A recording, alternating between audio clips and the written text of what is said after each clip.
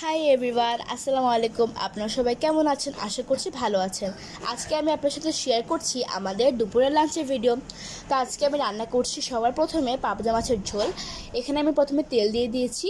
এই দেখুন পাবদা মাছগুলো আমি সুন্দর করে এখানে পরিষ্কার করে ধুয়ে নিয়েছি। তো আমি এখানে সাদা তেল দিয়ে দিয়েছি রান্না করার। তো এখন আমি সুন্দর করে এটার ভিতরে পেঁয়াজ কুচি, মরিচ কুচি ইত্যাদি এগুলো দিয়ে দিচ্ছি। পেঁয়াজ কুচিগুলোকে আমি এখন দিয়ে দিচ্ছি। এই দেখো গাইস, পেঁয়াজ কুচিগুলোকে আমি কেটে নিয়েছি। এখানে আছে পেঁয়াজ, রসুন, কাঁচামরিচ কুচি। এখানে আমি বাকি যে মশলাগুলো দরকার সেগুলো বেটে নিয়েছি। এই যে আমার তেল গরম হয়ে গেছে, এখন আমি পেঁয়াজ কুচিগুলোকে দিয়ে দিচ্ছি। সুন্দর করে নেড়ে নিচ্ছি।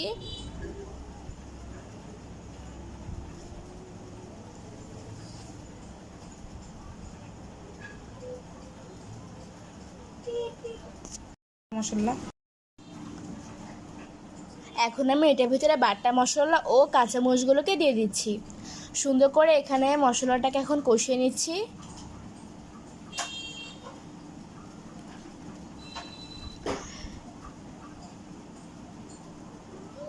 এখন আমি এটার ভিতরে দিয়ে দিচ্ছি লবণ। স্বাদ অনুযায়ী এখানে আমি লবণ দিচ্ছি। লবণের পরিমাণটা আপনাদের স্বাদ অনুযায়ী দিবেন। এখন দিয়ে দিচ্ছি হলুদ গুঁড়ো।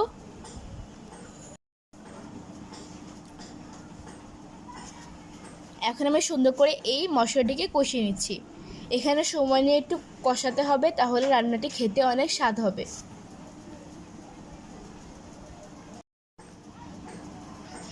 দেখেন আমার মশলা সুন্দর করে কষানো হয়ে গিয়েছে। আমি এখানে আরও কিছুক্ষণ হাতে সময় নিয়ে এটি কষাতে হবে, তাহলে কিন্তু খেতে অনেক স্বাদ হবে। এখন আমি এটার ভিতরে এক এক করে পাবদা মাছগুলোকে দিয়ে দিচ্ছি। এখানে কিন্তু আমি আগে থেকেই পাবদা মাছগুলোকে সুন্দর করে ধুয়ে পরিষ্কার করে রেখেছিলাম। আমার দেওয়া হয়ে গিয়েছে। এখন আমি সুন্দর করে এগুলোকে ভালোভাবে কষিয়ে দিচ্ছি।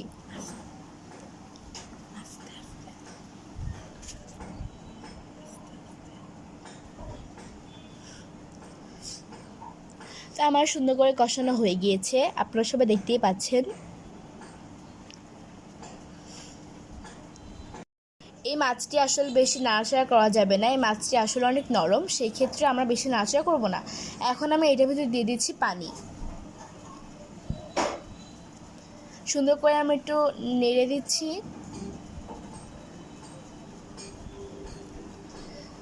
তো দেখা হচ্ছে এটা হওয়ার পরে। এটা যতক্ষণ হচ্ছে আমি এখানে আটা রেসিপি করে নিচ্ছি। আমি আজকে করছি চিংড়ি মাছের ভর্তা। এটার জন্য প্রয়োজন চিংড়ি মাছ, পেঁয়াজ কুচি, রসুন ও কাঁচামরিচ। আমি এখানে আপনাদের সুবিধা ক্ষেত্রে আবার বলে দিচ্ছি, পেঁয়াজ কুচি, রসুন ও কাঁচামরিচ।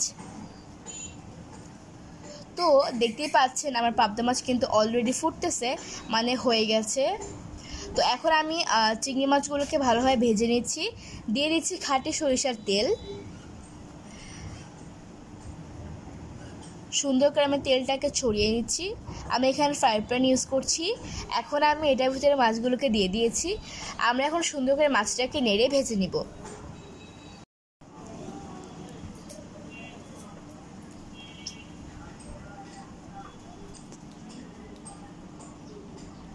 আমি এখানে সুন্দর করে মাছটাকে ভাজি করে নিচ্ছি। এখন দিচ্ছি হলুদ,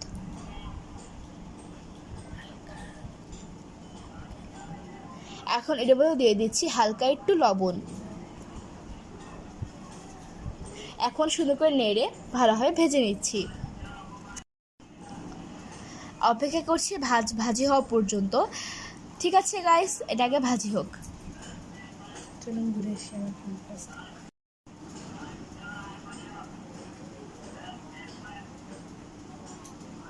এখানে আমি একটু নাড়াচাড়া করে দিচ্ছি। অবশ্যই মাঝে মাঝে নাড়তে হবে, না হলে পুড়ে যাওয়ার সম্ভাবনা আছে।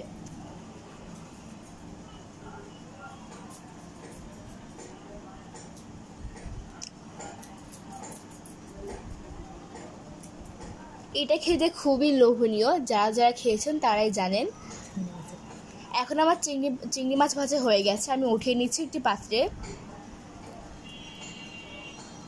এখন আমি আবারও সরিষার তেল দিয়ে ভেজে নিচ্ছি রসুন, পেঁয়াজ ও কাঁচামরিচ।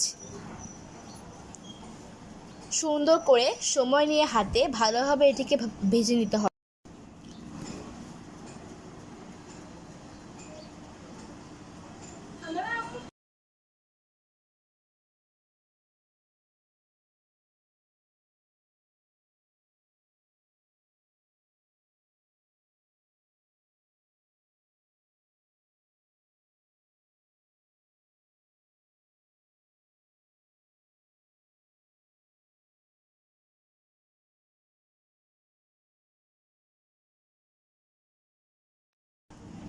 তো আমি এখানে সুন্দর করে এটাকে বেটে নিচ্ছি।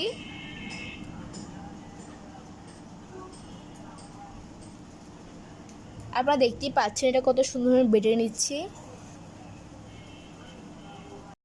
তো আমি একে একে মাছগুলোকে এখন বেটে নিচ্ছি। এটার পর পেঁয়াজ, মরিচ, রসুন ভালোভাবে বেটে নিব। প্রথমে আমি মাছগুলোকে বেটে নিচ্ছি। তো গাইস সুন্দরভাবে বেটে নিচ্ছি আমি। সো গাইস ফাইনালি আমাদের পাবদা মাছের ঝোল ডান। কেমন হচ্ছে অবশ্যই কমেন্ট করে জানাবেন। তো এটার সাথেও আমাদের মাছগুলোকে ভালোভাবে বেটে নিয়েছি, এটি পাত্রে উঠিয়ে নিচ্ছি। এখন আমি ভেজে নেওয়া ঝাল, মরিচ ও পেঁয়াজ ভালোভাবে বেটে নিচ্ছি।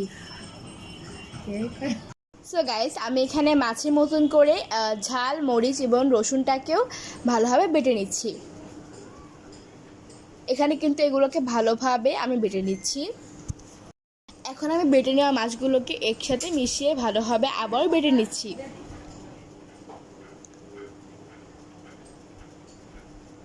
আপনারা দেখতেই পাচ্ছেন আমি কীভাবে বেটে নিচ্ছি। এভাবে করে বাটলে অনেক মজা হবে।